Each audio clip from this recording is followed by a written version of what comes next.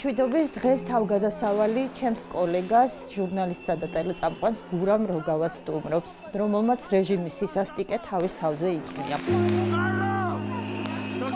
გურამი, როდესაც პირდაპირ ეთერში იყვებოდა რეჟიმის სისასტიკეზე და ძალადობაზე, მას თავს დაესხნენ. გურამ, საღამო მშვიდობის, მიხარია შენთან სტუმრობა, ვიცი ძალიან ბევრი ინტერვიუ ჩაწერე. თუმცა ვფიქრობ, რომ მაყურებლისთვის თავგადასავალში შენი სტუმრობა მაინც განსაკუთრებულად საინტერესო იქნება. მადლობა, რომ დაინტერესდით. ძალიან მომწონს პროექტი.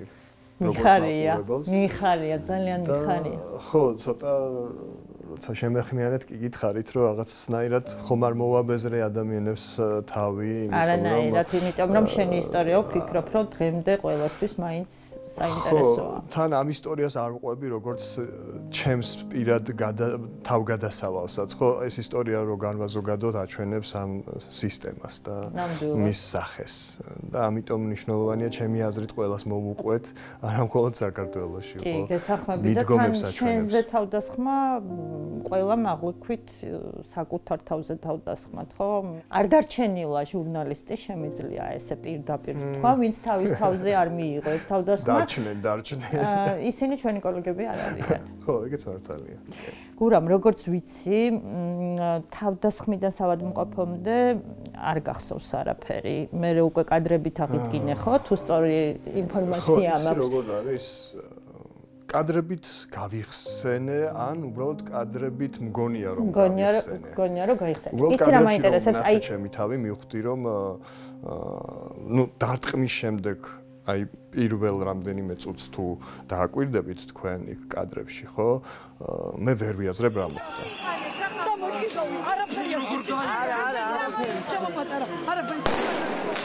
იმიტომ რომ მე საფრთხე არ მიგრძნია, არ მინახავს ეს ადამიანი როგორ მორბოდა ჩემსკენ, მე ხელი იმიტომ ავიფარე რომ ფოიერვერკი გაისროლის და სახე უნდა დამეცვა და უკრიდან ამ დროს დამარტყა და როგორც ჩანს დაარტყმის თანავე ვითიშები, რამდენიმე წამში ისე მოვდივარ გონზე და აი მე ვეღარ ხვდები სისხლი რატომ დის და მთელი სხეული რატომ ტკივა ასე სასტიკად, იმიტომ რომ არ მახსოვს მე დაარტყმა. აი საფრთხის შეგრძნება მე გათიშვამდე არ მქონია, ხო. ხო, ვახოსანაირად ვერ მიხვდა რა შენი. არა, ვახოც ამბობს იქ ეთერში რომ მოქალაქე დაშავდაო და ბოლოს მე თავს რომ ამოვწევ.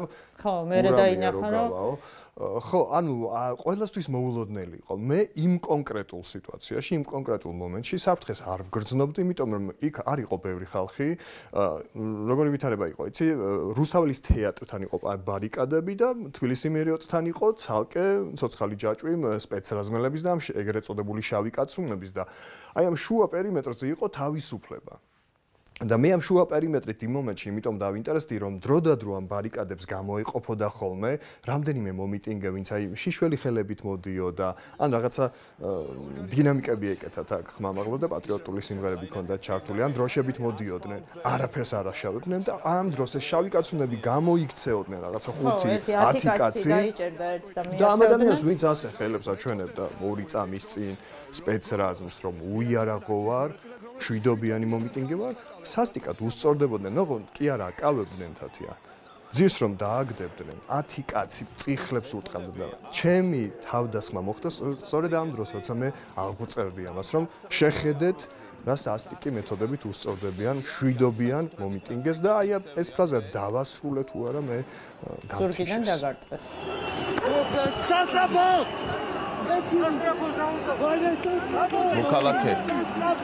მოქალაქე არის დაზიანებული. გურამია ეს, რომელიც ჩვენი ჟურნალისტი, რომელიც რამდენიმე წამის წინ გიყვებოდა ამ ამბებს, არის დაზიანებული. რა შეიცვალა დღის მერე შენში? ალბათ მოხდა ძალიან ბევრი რამის გადაფასება, მათ შორის ადამიანების.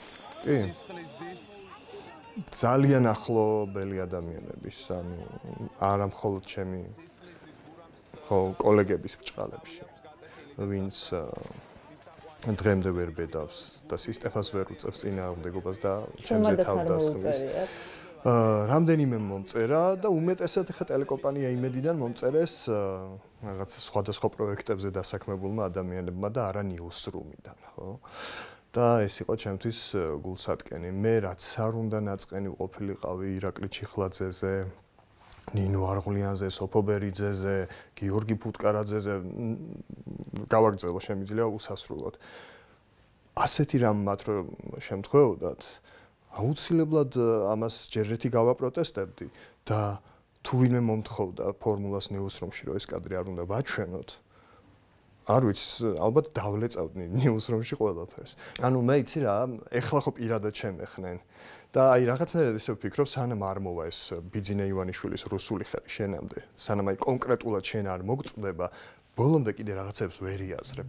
მე პირველად აი ყველაზე მძაფრად როდის გავიაზრე ქართული ოცნების რუსული პოლიტიკა ლექსო ლაშკარავის შემთხვევის დროს, როცა შეგნებულად იქ პოლიციელები არ იყვნენ დიდი რაოდენობით, მანამდე ირაკლი ღარიბაშვილმა დილას გასცა ეს ოფიციალურად პირდაპირ ეთერში ბრძანება, რომ აი ბიჭებო თქვენ იცით ჩაქოლეთ. კარგად მახსოვს. და ხო, და მაშინ გავიაზრე. მაშინ მე პირადად ვიგზავნე რომ ლექსოს კი არა მე შემეხნენ. ლექსო როც სცემეს, მე მცემეს და აი მაშინ რაღაცნაირად მოვიდა ახლოს ჩემთან ეს ქართული ოცნების რუსული ხელი. ეს არის ჩვენი ქვეყნის დემოკრატია. დემოკრატიის სათავეზე ვდგება. და მე მაშინ თხოვდნენ ნაგერ რუსთავიორის პიესი მიმყავდა, საავტორო გადაცემა, რომელიც ყოველ კვირას გადიოდა ეთერში და იცი რა მითხრეს? გურამ, მოდი ამ გადაცემაში რაც გინდა ის გააკეთე, რაზეც გინდა იმაზე ილაპარაკე, მაგრამ ირაკლი ღარიბაშვილი არ ახსენო. ოღონდ არც დადებით, არც უარყოფით კონტექსტში. არა და კაცი ქვეყნის პრემიერ-მინისტრია. არა და მან გასცა ბრძანება, ყველას გვახსოვს მთავრობის სხდომაზე, კანცელარიაში, პირდაპირ ეთერში თქვა, რომ ვერ დაგიცავთ, არ დაგიცავთ, აი დღეს კონსტიტუციას მე არ დავიცავ და თუ გამოხვალთ ქუჩაში, ჩაგქოლავენ ვიღაცა იქ რუსის ბიჭები, ბანდფორმირებები და პოლიცია ქუჩაში არ იქნება, რომ დაგიცვათ. და მე რო ეს მითხრეს, სუფლიორზე მე არ დამიწერია მისალმების ტექსტი და იმ კვირას მე დავხიე კონსტიტუცია დემონსტრაციულად. აი ეს არ იცოდა არავინ, მხოლოდ ერთმა ადამიანმა იცოდა ჩემს გუნდში, რეჟისორმაც კი არ იცოდა, ვისაც გაჰყავდა ეს ეთერი და მე მიყვება რომ ხო დაბნეულები ვიყავითო საეთეროში, სცენარში არ ეწერა, არსად არ ეწერა და უცებ ხევ ფურცლებს და ვეუბნები რომ აი ასე თავზე გადაგვახიეს კონსტიტუცია. წარმოიდგინეთ რომ ეს საქართველოს კონსტიტუციაა. ახლა წარმოიდგინეთ სულ რაღაცა ერთი წამით რომ მე ვარ პრემიერ-მინისტრი, რომელიც მწვანე შუქს უნთებს მოძალადეებს, მე ვარ ხელისუფლება, რომელიც ვერ იცავს კანონს. აი ეს მოხდა ორშაბათს. საქართველოს კონსტიტუცია თავზე გადაგვახიეს.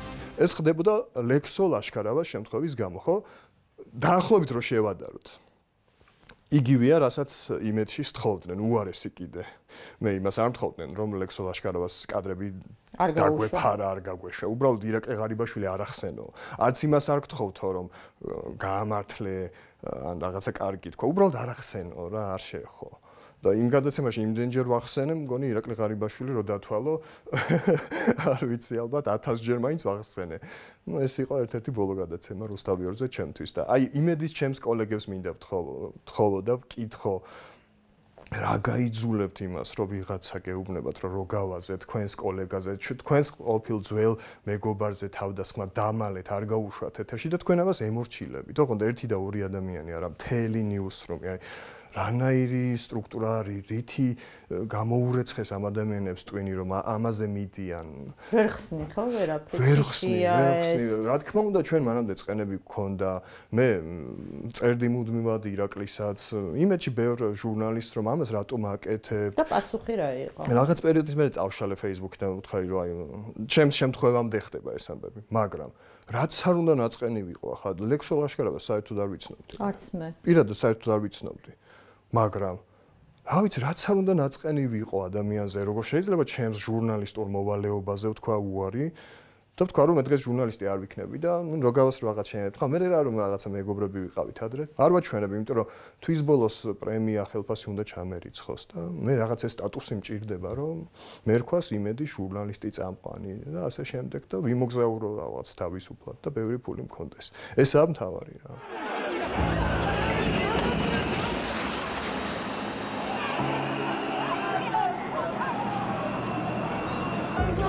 აი 5 ივლისის ამბებზე ვლაპარაკობდით და სხვათა შორის მაშინ ვერასდროს ვერ ვიფიქრებდი, რომ ასე პირდაპირ ეთერში მუშაობის პროცესში შეიძლებოდა მომხდარიყო თავდასხმა შენზე, მერე უკვე მაკაჩი ხვაძეზე. თუმცა იცი სულ ვფიქრობ იმას, რომელი უფრო სასტიკი დანაშაული იყო ის რომ ხელისუფლების დავალებით აი ეს ჯგუფები თავს ესხმოდნენ ჟურნალისტებს თუ პოლიციის ფორმაში პრინციპში შეიძლება ითქვას რომ ორივე ბანდფორმირებაა ხო მაგრამ მაკას შემთხვევა ჩემთვის უფრო სასტიკია მთელი იმ პერიოდის კონტექსტით ხო მაკა იყო პირდაპირ ეთერში, მანამდე ნოდარ მელაძე პოლიციას ურეკავდა, პირდაპირ ეთერში ურეკავდა და ეუბნებოდა კოორდინატორს აძლევდა, რომ აი აქ ბანდფორმირებები, გაურკვეველი ტიტუშკები არიან მობილიზებული და მიდით. ეს ხდებოდა, რა ვიცი, მთელი ეთერის განმავლობაში და არავინ არ მივიდა იქ. ხო, პოლიციის მანქანა, პატრულის მანქანა, რომელიც იდგა, ისიც კი გაიყვანეს ადგილიდან. ანუ ეს ბევრად უფრო სასტიკია ჩემთვის კონტექსტის გათვალისწინებით, რომ ამ ადამიანებს, რომლებიც გაურკვეველი ვიღაცა ბანდფორმირებები არიან, ჰქონდათ ხელისუფლების მხრიდან მწვანე შუქი ანთებული, რომ ქუჩაში მიდით ჩაქოლეთ ჟურნალისტები, გაუსწორდით ყველას, ვინც ბედავს და ჩვენს წინააღმდეგ გამოდის. ანუ ეს კიდე რაღაც ცალკე განუკითხაობაა, ხო? რაღაც ახალი მხედრიონი ჩამოაყალიბა, რომელსაც ყველაფრის უფლება მისცა. ჩემზე შემთხვევა კი ბატონო, ეგ არის ჯერ ხო საიდენტიფიკაციო ნომრები რომ არ აქვთ სპეცრაზმელებს, ეს ხო შემთხვევით არ ხდება. ამის მიუხედავადაც შინაგან საქმეთა სამინისტრომ ძალიან კარგად იცის, ვინ არის ჩემზე თავდასხმები. შენ თუ გაქვს იმის იმედი, რომ ოდესმე ეს ადამიანი შენთვის გახდება ცნობილი და დაისჯება? არ ვიცი. მე ვიცი, რომ შინაგან საქმეთა სამინისტროში იციან ვინ დამარტყა ეს. ნუ პოლიტიკური ნების შემთხვევაში ხო, მაგრამ ეს არ გასაჯაროვდება. ამას ჩვენ ვერ გავიგებთ, მე და შენ ჩვენი მაყურებელი ვერ გაიგებს. მე მაინც მაქვს იმედი იმის, რომ თვითონ შიგნიდან რაღაც პერიოდის შემდეგ, როდესაც ხელისუფლება შეიცვლება, მგონია რომ ეს ყველაფერი გახდება ცნობილი. ამ ადამიანების ვინაობა. ხო, არ ვიცი. არ ვიცი, შეიძლება მინდა ესე ჯეროდეს რომ მე როგორც სამხედრო ჟურნალისტს რაღაც პერიოდულობით მიწევდა ხოლმე წვრთნების გავლა, მათ შორის სპეცრაზმის წარმომადგენლებთან ისინი გვატრენინგებდნენ. და ერთ-ერთ ტრენინგზე სხვათა შორის გამარჯვებული ვიყავი, რაღაც ბევრ დაბრკოლებებს გავუძელი. და ხო, ამ ტრენინგიდან ვინც გავიცანით იქ ბიჭები, მათგანაც ბევრმა მომწერა რა, რომ არავის არ შერჩება და მომწერეს ზოგადად სტრუქტურა როგორ მუშაობს იქ, რომ იქ ყოველი სპეცოპერაციის შემდეგ რაც არ უნდა ნიღაბი გეკეთოს, შენაბარებ ანგარიშს და იქ ყველაფერი ფორმდება, სად იყავი, იმ მომენტში რა საკეთებდი. იდენტიფიცირებული არის ეს შიგნით სისტემაში, უბრალოდ ეს არ გასაჯაროვდება და მე იცი რა, როგორი მომენტი მაქვს, არ ვიცი რატომ მაქვს, ეხლა ალბათ რაღაცა ფსიქოლოგის ახსნა საინტერესო იქნებოდა. არ მაქვს აგრესია ამ ადამიანის მისამართით. აი, ჩემთან რომ მოდიან ხოლმე მნახველები, მოდიოდნენ მნახველები, ნათესავები მეგობრები აი ისეთი ზიზღით და რაღაცა გაბრაზებით მელაპარაკებიან ამ ადამიანზე და მე პირიქით მეწოდება და ზოგადად ვფიქრობ რომ ეს ადამიანის როგორც მე მსხვერპლია ამ სისტემის რა ის რომ ნორმალურ ქვეყანაში ცხოვრობდეს, შეიძლება სულაც არ იყოს ასეთი და მას რომ რაღაცა კეთილსინდისიერად ეძლეოდეს საკუთარი საქმის კეთების საშუალება, ხო? ვერემ ვერ დამაჯერებს იმაში, რომ ახლა შეეშალა მან და არ იცოდა მე ჟურნალისტი ვიყავი, თორე გვერდით ვედექი. აბსოლუტურად. ჩემთვის ეს ადამიანი არის მსხვერპლი. ჩემთვის გამოძიება იქნება ამ რუსული სისტემის შეცვლა. არ დამინტერესდები მე ვინ არის იმ ნიღბის უკან და თუ თვითონ მოვა და შემირიგდება, ჩავეხუტები და რა ვიცი, იქნებ უკეთეს საქართველოში ვიცხოვროთ.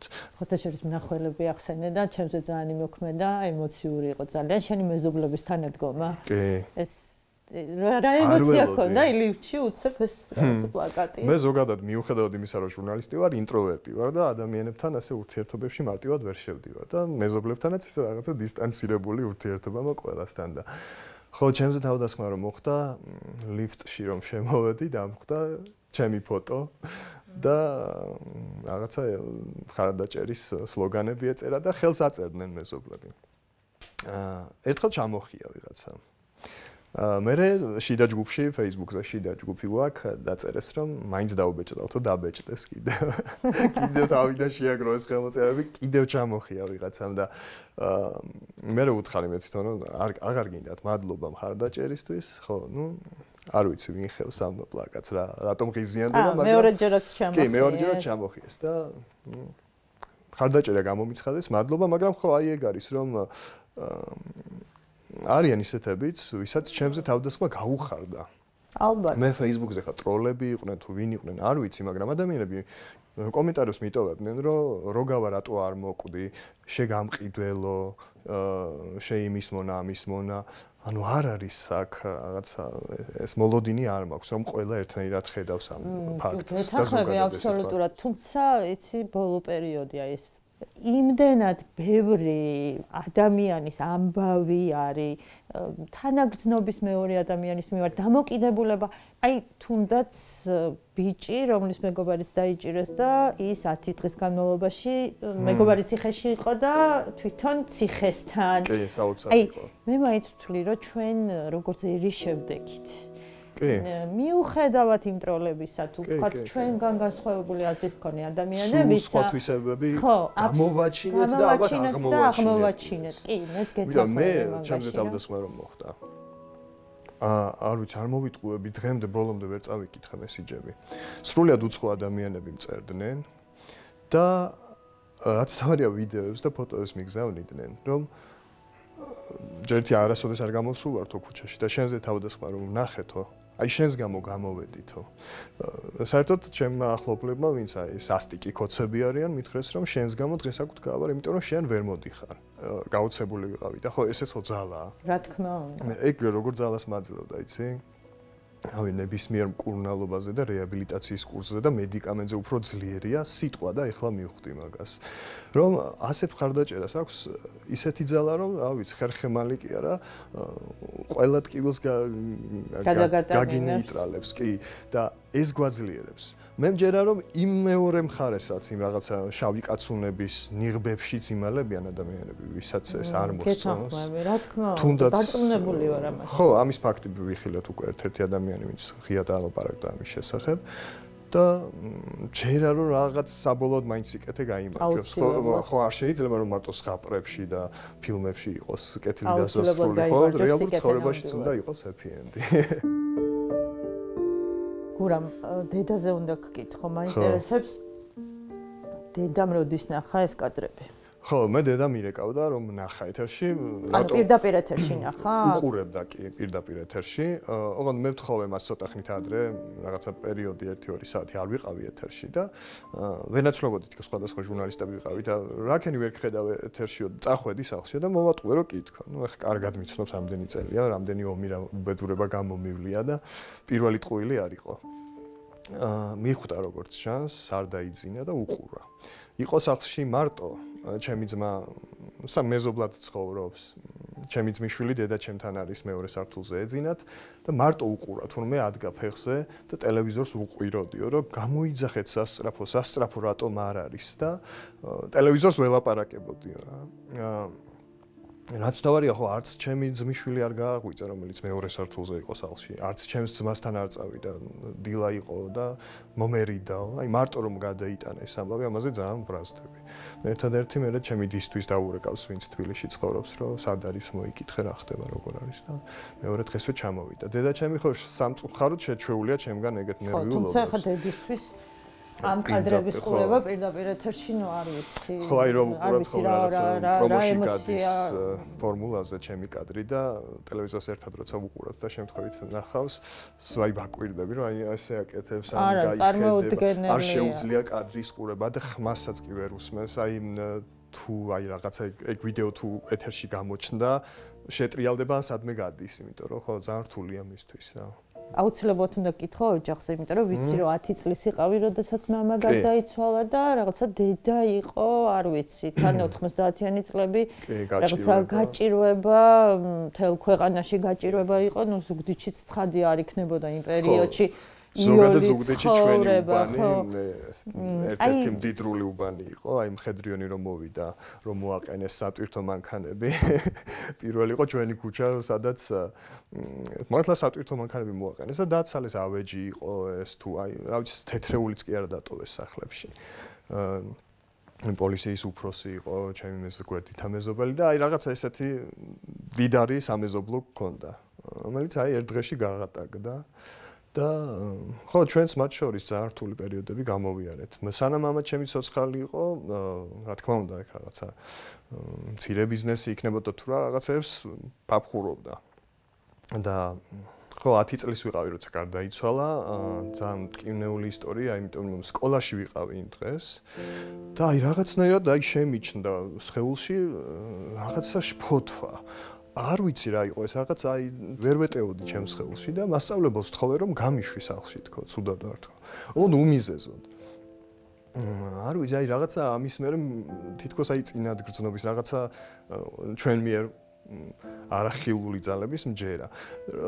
როგორც კი შევედი ჩვენს ქუჩაზე, ხედავ კადრს რომ ყველანი საკუთარ ჭიშკართან დგანან მეზობლები და როგორც კი აი შემოვუხვიე ქუჩაზე, ყველას მზერა ჩემ მიმართ და რაღაცა ხვდები რომ რაღაცა ვერ არის. სანამ ჩემს სახლამდე მივალ, ხო აი მოვსეირნობ და მესმის მეზობლების დაჟინებულ მზერასთან ერთად რაღაცა ჩვენ რო შუმებს ვეწახით პროფესიონალურ დონეზე, ეს ხმები რაღაცა რომ საცუდავი ბავშვი, რაღაცა ეს რაღაც დამწუხრებული ხმები. და ნუ რო შევედი სახლში, მივხვდი რომ მამა ჩემი აღარ იყო ცოცხალი. და ეს არის დღემდე ჩემთვის ტრავმა, რომ აი ზუგდიდში ჩასვლისას ქუჩაზე რო შევდივარ, სულ მგონია რაღაც ცუდი უნდა დამხვდეს სახლში. და სხვა შეს არ მიყვარს მანდ ჩასვლა, ამიტომ რაღაც სულ საყვედურობს დედა ჩემი იშვიათად ჩავდივარ. ბევრ ტრავმასთან ასოცირდება ზუგდიდი და ჩემი მშობლიური სახლი. და დედა ჩემი, რომელიც ჩემთვის არის სუპერგმირი თუ რამე, ვიცი, ჰოლივუდს თუ რამე სუპერგმირი ყოლია, სპაიდერმენი, ბეტმენი და ასე შემდეგ. ყველა ფორმა აქვს დედა ჩემს. საერთოდ ყველას ფორმა აქვს და შეუძლია ეს ჩაიცვას ეს ფორმა და რაღაც გაფრინდეს ყველა სამსახურში მუშაობდა, ძალიან სწავლობდა.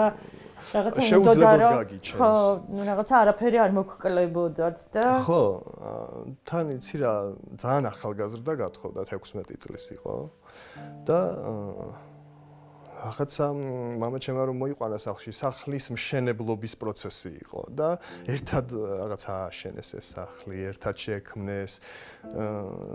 რაღაცნაირი თვისებები აქვს ისეთი ძლიერი ქალია. გავხარ დედა? მე მგონი არ ვარ ეგეთი ძლიერი მე, იმიტომ რომ დედა ჩემი რა სიძლიერესაც ავლენს, ეგეთი ძალები არ ვიცი, ცოტა ზებუნებრივი მგონია ჩემთვის. და ყველაფერი გააკეთა ჩემთვის, რა ვიცი, ახლა მართლა ორ სამსახურში მუშაობდა 90-იან წლებში გაჭირვების დროს და თან არაფერს არ ამაკლებდა, ანუ მუსიკალურ წრეზეც დავდიოდი. რაღაცა სკოლისთვისაც ყველაფერი მქონდა თითქოს. ნაბოლარა ხარ ხო, გურა? ნაბოლარა ვარ, ჩემი დაძმა არიან ჩემზე 15 და 16 წლით უფროსები. მართლა ამდენით არ ვიცი. კი, ძალიან დიდები არიან. განებივრებული ბავშვი ვიყავი, ამიტომაც რა. ჩემი ძმა და დაიყვნენ ჩემთვის უფრო აი აღმზრდელები ალბათ, იმიტომ რომ დედა ჩემს არიცალა რაღაც პერიოდი, როცა ძალიან პატარა ვიყავი და ხო მათ მიმაბარებდა ალბათ ხშირად.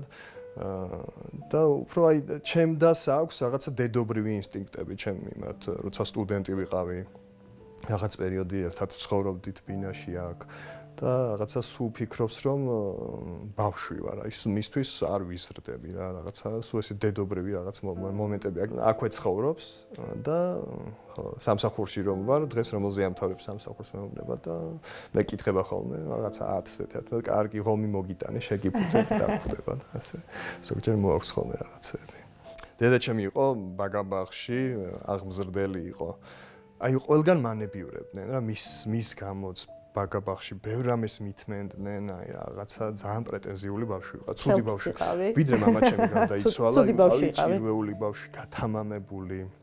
Ну ალბათ ნაბოლარების სიმპტომია, ხო ყველა სრულს რომ გისრულებენ. ხო, ну ახლა როდესაც ყავს 15 და 16 წლის შვილები და უცებ ყავს ძალიან პატარა, რა თქმა უნდა, მის მიმართ სხვანაირი დამოკიდებულება. ხო, სტუდენტები იყვნენ, ჩემი და-ძმა თბილისში სწავლობდნენ და, ვიცი, ხან ძაღლი, ხან თევზი, ხან კატა რაღაცებს ჩამომიყვანდნენ საჩუქრებს და ეს ყველანაირად განებივრებული ვიყავი და ერთ დღეს ვიღვიძე, მამა ჩემი არ არის და იცვლება ყველაფერი რა, რაღაცა უცებ სხვა რეალობაში აღმოჩნდი და მე რაღაც თანდათანობით გავიაზრე რომ ეს ჩემი ჭირვეულობა ეხლა არავის არაფერში არ სჭირდება და მეც რაღაც უნდა შევიცვალო და ძალიან შევიცვალე.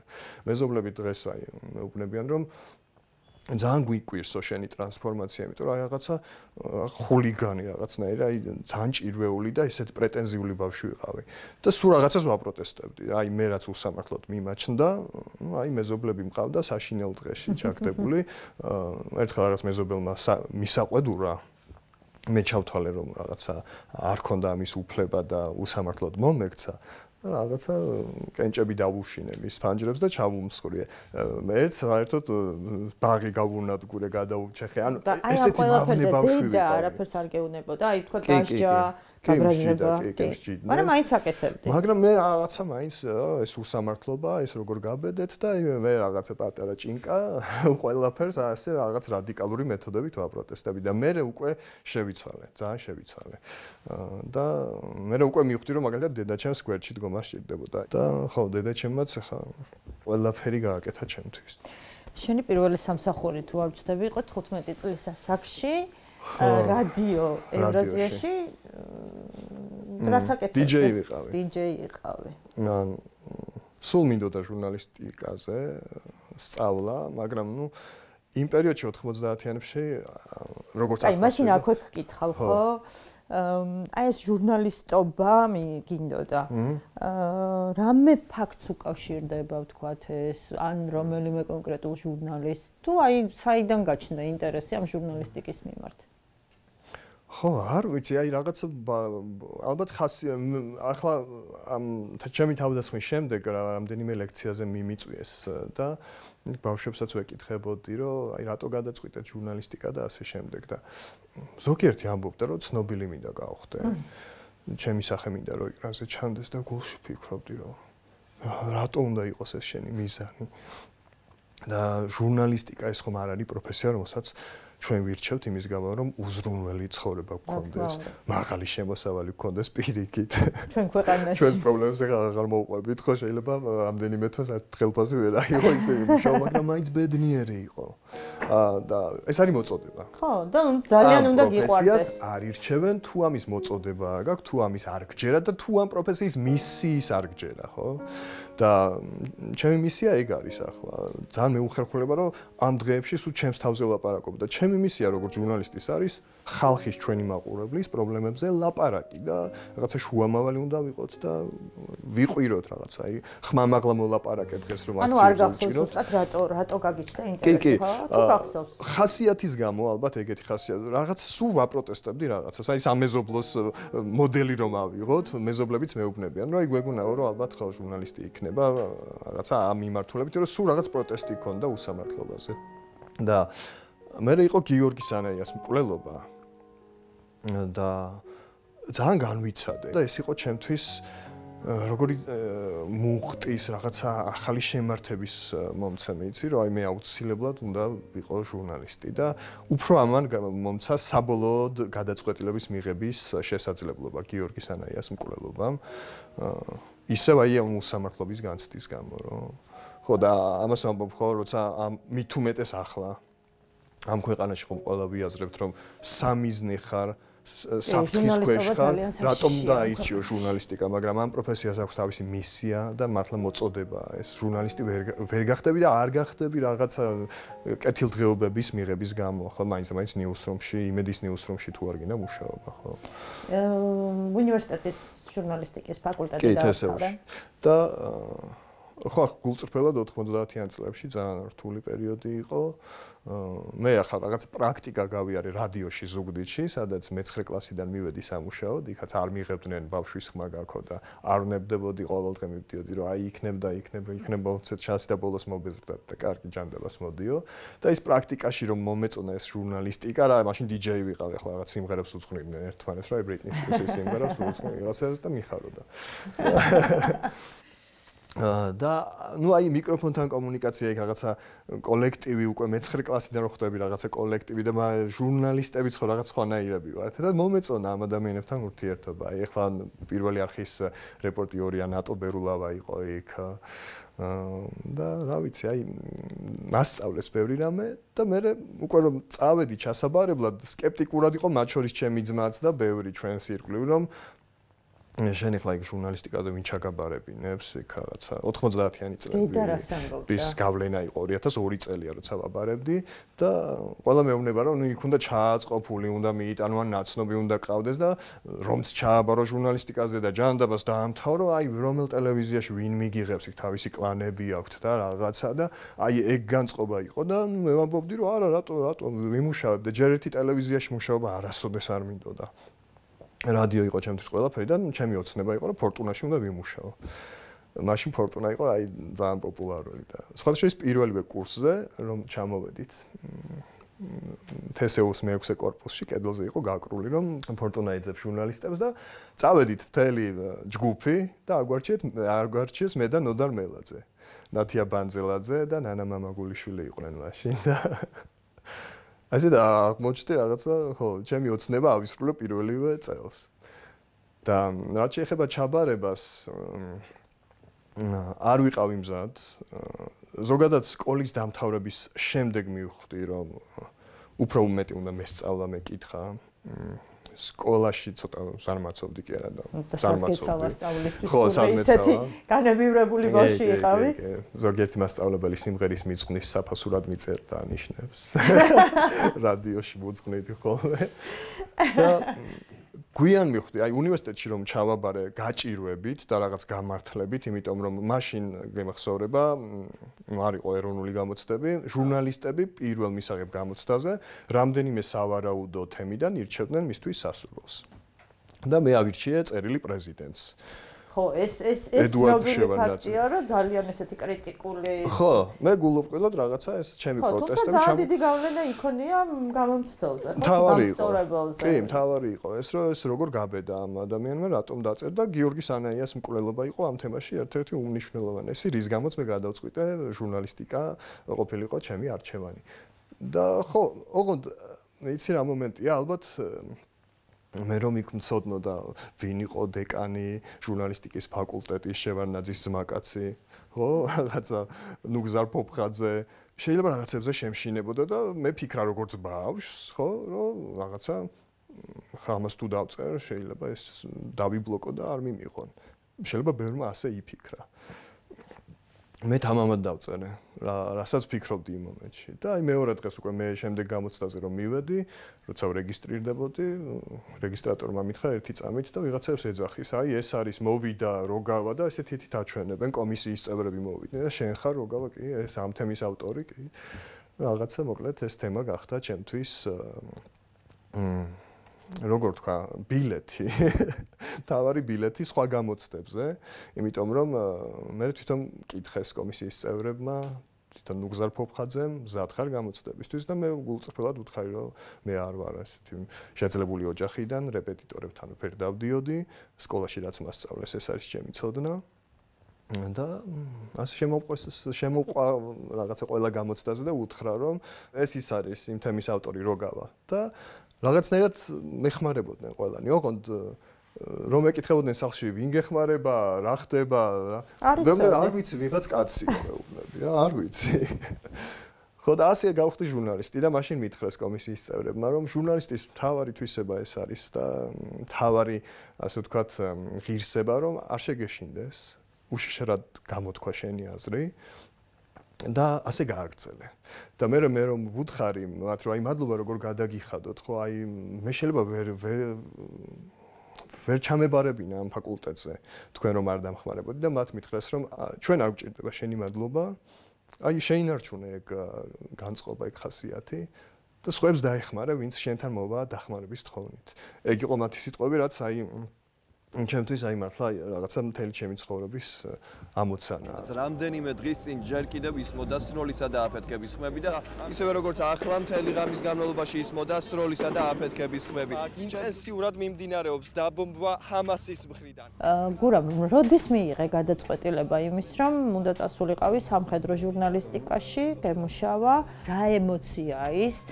აი იმ ადგილას იმ ცხელწერტილში ჩასვლა, მაშინ როდესაც იქიდან ადამიანები გარბიან და რამე ესეთი კონკრეტული ისტორია ხომ არ გაქვს ომთან დაკავშირებული. ზოგადად 90-იანი წლების კონფლიქტი აფხაზეთში ასე ვთქვათ ზუგდიდიდან როგორც მოზარდი ხო, ძალიან ახლოს იყავი ცხელწერტილთან. ხო, იცი როგორი სიტუაცია იყო, როცა აფხაზეთში ომი დაიწყო, ჩვენთან სახლში მოდიოდნენ ჩვენი ნათესავები, დევნილები. და მაშინ რაღაცა ესე შეშის ფეჭთან რო შევიკრიბებოდით, თავის ისტორიებს ყვებოდნენ და მე როგორც ბავშვს სულ მახსოვს ეს რაღაცა ფეჭთან მოყოლილი ისტორიები, ეს რაღაცა გაუგონარი სასტიკე რუსების და ბავშვობიდან ეს მომყვება. და ნუ მე ხა კონფლიქტის პირა ქალაქი იყო ზუგდიდი, ტანკები, მხედრიონი, შეიარაღებული პირები, აი რაღაცა აი ამ გარემოში დავდიოდით სკოლაში და ეს ომი ყოველთვის იყო ჩემს მეხსიერებაში ბავშვობიდანვე. და ალბათ ხო ჟურნალისტიკის არჩევის დროსაც ჩემთვის იყო ხო ინტერესის სფერო ომის ჟურნალისტიკა, რომ გამერკვია აი რატომ იწყება ომები, საერთოდ როგორ მიდის მე ეს პროცესი, რატომ ვერ გვარდება, ან როცა გვარდება, რაზე თანხმდებიან ხარები, აი რაღაც სიღრმეები სულ მაინტერესებდა. და სულ წარმომედგინა, რომ უნდა მემუშავა როგორც ომის რეპორტიორს. და ეს ისტორიებიც, რასაც მე ჩვენ თაყვებოდნენ მართლა ეს დევნილი ჩვენი ნათესავები, ესეთი სურვილი მქონდა, რომ ბევრ ადამიანს გაეგო ეს და მხოლოდ ჩვენ სახლში რაღაცა ერთ პატარა ოთახში არ დარჩენილიყო. და ერთ-ერთ მისიად რაღაცა ხელსაწყოდ ეს პროფესიაც მეჩვენებოდა, ხო? ყოველთვის როცა ომის გასაშუქებლად მივდივარ, პირველ რიგში ყვები ადამიანების ისტორიებს, ხო? ამ ადამიანებზე როგორ აისახა ომი. და ისეთი სასტიკი პერიოდები იყო გარდაცვლილი რომ გადმოყავდა ზუგდიდში, სახლი არ ჰქონდათ ჩვენს ნათესავებს და დედაჩემი უთმობდა ჩვენს სახლს. და აი ჩვენს სახლში იყო გლოვა ჩემთვის პატარა ბავშვისთვის სრულიად უცხო ადამიანების, ხო? და რა თქმა უნდა მე ეს ყველაფერი ბავშვობის ეს მოგონებები აისახა ჩემს პროფესიაშიც. პირველი გამოცდილება ომში ეს იყო 2008 წლის აგვისტოს ომი, მუშაობდი რადიო იმედში და როგორც კი იქ რაღაც დაიძაბა სიტუაცია, გამოთქვი სურვილი, რომ მე წავსულიყავი და მე ყველაზე გამოუცდელი ვიყავი რადიო იმედის გუნდში, მაშინ ნინო გაბრიაძე იყო ხელმძღვანელი და ნინომ არა მე ვერ გაგიშვებო ამდენს ვერ გავრისკავო და რაღაცნაირად გადავარწმუნე მაინც წავედი, აი მაისურით რაღაცა სრულიად მოუმზადებელი, არც ჩაფხუტი, არც ჯავშანჟილეტი, ერთადერთი ნინომ გამიშვა იმ პირობით, რომ რადიო თავისუფლების ომის რეპორტიორი კობა ლიკლიკაძე იყო გორში და კობას ჩამაბარეს.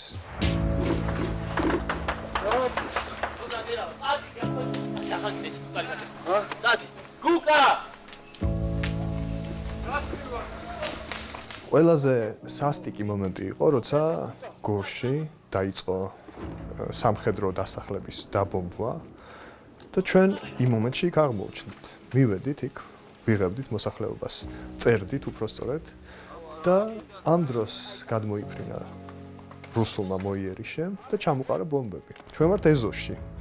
ეს ცნობილი კადრია, სადაც იწვის ეს შენობები.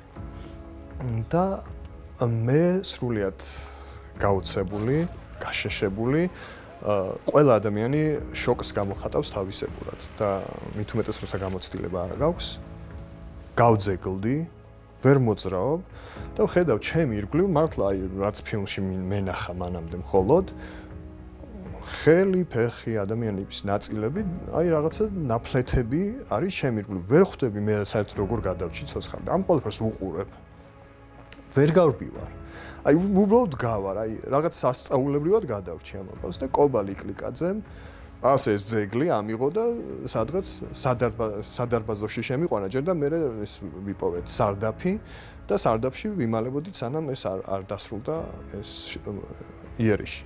და რომ დასრულდა და გამოვედით იქიდან, იქ კიდე უარესი სურათი დახვდა და ანუ მე როგორც გამოუცდელ რეპორტერს ჯერ კიდე ახალგაზრდას ამ სურათის ნახვის შემდეგ არ ვიცი, ძალიან დიდი ტრავმა მივიღე, იმიტომ რომ მართლა ადამიანების სხეულები იყო დანაწევრებული ეგეთო და ამ დროს მირეკავენ რადიოდან და გურამ ჩაგვერთე ეთერში. და უკვე ჩემი პროდიუსერი მანანა ელიაშვილი ხვდება რომ შოკში ვარ, ისტერიკაში ვარ და მეუბნება რომ გურამ ეხლა გჭირდება ინფორმაცია, აბა ეხლა მობილიზდი, დამშვიდდი და ემოციების გამარეშე მოყევი რა მოხდა და რა ნახე. და ნუ კობაც დამეხმარა, დავმშვიდდი და ჩავერთე, მოვყევი რაც ნახე და ეს ჩართვა შენახული მაქვს და რაღაცნაირად ჩემთვის არის მამოტივირებელი ეს ჩართვა, რომ სრულიად გამოუცდელმა მაინც მოუყარე აზრებს თავი აი ამ საშინელი სურათის ნახვის მიუხედავად. გორი რუსულ გოიერიშა თვითმფრინავებმა დაბომბეს როგორც ცენტრალური უბნები, ასევე გარე უბნები და სამხედრო ბაზები. აქ მთელი ქალაქი შეიძლება ითქვას, რომ წერტყლის ალშია გახვეული. ეგ იყო ჩემი პირველი გამოცდილება, მაგრამ აი დღემდე კობალი კლიკაძე რომ არ ყოფილიყო, ცოცხალი ვერ გადავრჩებოდი. კობამ ჩამიყვანა სარდაფში და ამის შემდეგ კიდე უფრო გაგვივდა ინტერესი ეს ომის გაშუქების და მე უკვე ვიწყებ ისრაელი, ყარაბაღი, სირია, უკრაინაში 3 თვე ვიცხოვრე და არა მხოლოდ მაიდინის ამბებს ვაშუქებდი, ვიყავი დონეცკში და ყირიმში რაღაც პერიოდი მხოლოდ ჩვენ ვიყავით ქართული ჟურნალისტები, მე და ჩემი ოპერატორი. ეხლა რო გამიშვა იგივე გადაღებაზე მაგდენ მასალას ვერ გადმოგცემ და ვერ მოგაწვდი. როცა რაღაცა გამოცდილება გიგროვდება, მე უკვე იაზრებ, რომ არ უნდა გარისკო. და მაშინ იმდენს ვრისკავდი, საერთოდ მიყვირს რანაირად გადავრჩი. თუნდაც ყარაბაღში, როცა შევედით ომის ზონაში, ჩვენ რომ ჩავედით, 3 დღით ადრე იყო ჩასული ერთ-ერთი საერთაშორისო მედიის ჟურნალისტი. და ჩვენ ჩასვლისთანავე რაღაც ტანსაცმელი დავტოვეთ და მე გამემგზავრეთ ამ თავარ ცხელ წერტილში და ეს გვეკითხებოდა ესე მალე რატომ მიდიხართო და რა ვიცი, აბა გასაშუქებლად ვართ ჩამოსულებით ხო და ხო მეო ჯერო უსაფრთხოების სპეციალისტს ველოდები ჩემი კომპანიისგან რომ ჯერ ის უნდა შევიდესო, ნახოს რა ვითარება უსაფრთხო ზონებს მომინიშნავს რუკაზე და მე შევალო 3 დღით ადრე იყო ჩვენზე ჩასული. ჩემთვის აი ირონიული ის არის რომ მართლა როგორი რისკის ქვეშ გვიმუშავია და იქ გადავრჩი და აქ თბილისის ცენტრში რუსთაველზე სრულიად მოულოდნელ დროს, ჩემთვის მოულოდნელ დროს ასე სასტიკად გამისწორდნენ და სასიკვდილოდ გამიმეტეს, ხო? და მაშინ როცა მას ამ სპეცრაზმელს ჰქონდა ინფორმაცია, მე ჟურნალისტი ვიყავი და არა როგორც ისინი ამბობენ, აგრესიული მომიტინგე, ქვებს არ ვისროდი მე და არც არაფერს არ ვისროდი. ხო და ეგ არის ირონიული რა, რომ ომში უფრო დაცული აღმოჩნდი, ვიდრე შუა რუსთაველზე, თბილისის ცენტრში. სამწუხაროდ ეგრეა.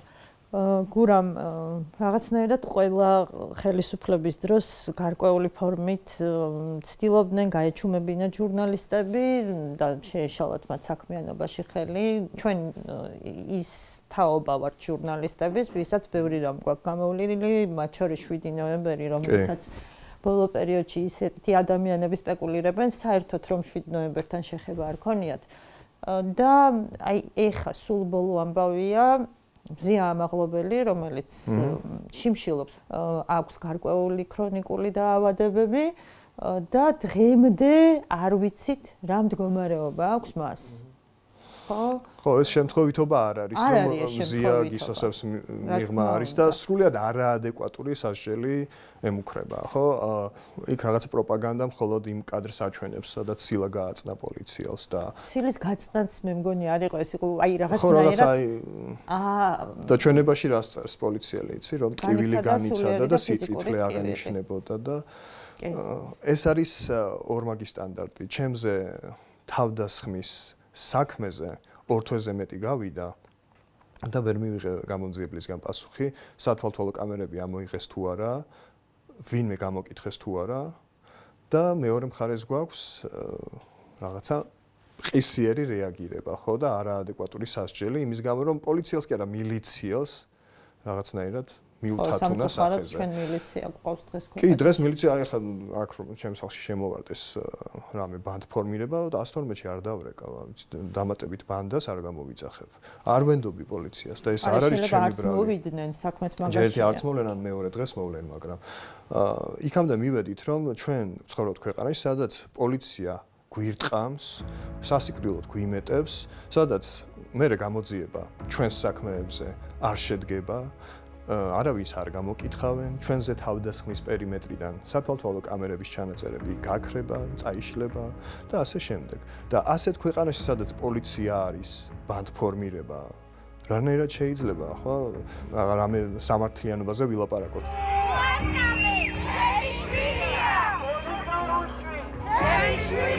ურამ აუცილებლად გადაცემის ბოლოს უნდა გაკითხო, როდის ბრუნდები ეთერში, როდის უბრუნდები ცხოვრების ჩვეულ რეჟიმს? ხო, ჯერჯერობით ახლა იმ ეტაპზე ვარ, რომ საბოლოო კვლევის შედეგები გადავგზავნე ჩემს მკურნალ ექიმს და ველოდები მისგან შეფასებას და იმედი მაქვს, რომ იქნება დადებითი, რომ მე ძველ გრაფიკს დავუბრუნდე, დავიწყებთ ახალ პროექტს ელისო ჯარიაშვილთან ერთად და ახალი სეზონიდან დავუბრუნდები მაყურებელს. ხალხთან ერთად, ასე ქვია, ახალ პროექტს, რომელსაც ვიწყებთ, მე გურამ როგავა და ელისო ჯარიაშვილი ფორმულაზე იძულებითი პაუზის შემდეგ მეთოდებს დააკვირდით, როგორ მიათრევენ აქციის მონაწილეებს, რომლებიც მშვიდობიანად გამოხატავენ პროტესტს.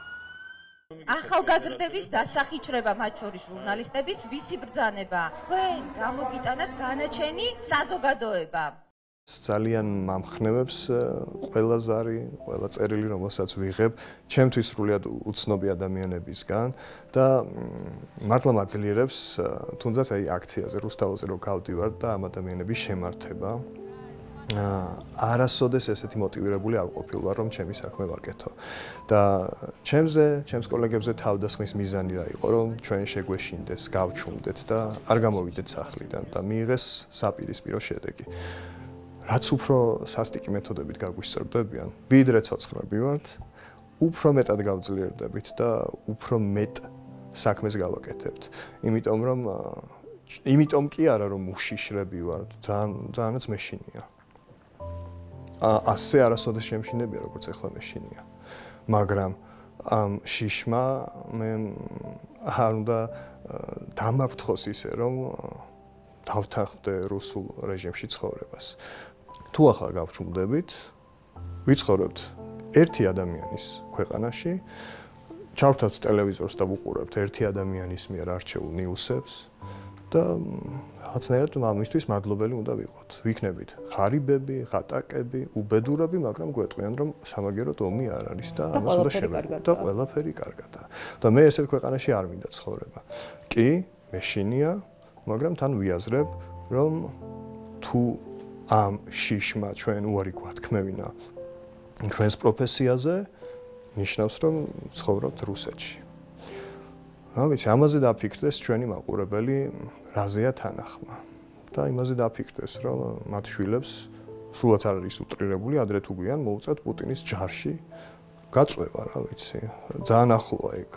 ყველაფერი ადრე რამ სულ ცოტა ხნის წინ გვეცინებოდა იმაზე, რომ ადამიანებს რუსეთში ცარიელი ფურცლისთვის აკავებდნენ და იგივე ნახეთ ჩვენთან და კიდევ უარესი. და ის რაც დღეს არარეალობად გეჩვენებათ, შეიძლება ხვალ ძალიან მარტივი რეალობა იყოს თქვენთვის. წარმატებები შენ და ჯანმრთელობა რაც თავარია პირველად. მადლობა შენ. ძალიან დიდი მადლობა. მადლობა ინტერვიუსთვის, ძალიან დიდი გულშემატკივარი ვარ თქვენი პროექტის და მიხარია რომ ახალ სეზონზე ისევ აგრძელებთ. ვცდილობთ. გავძლიერდებით და აუცილებლად ყველაფერი იქნება. ყველაფერი წინ არის.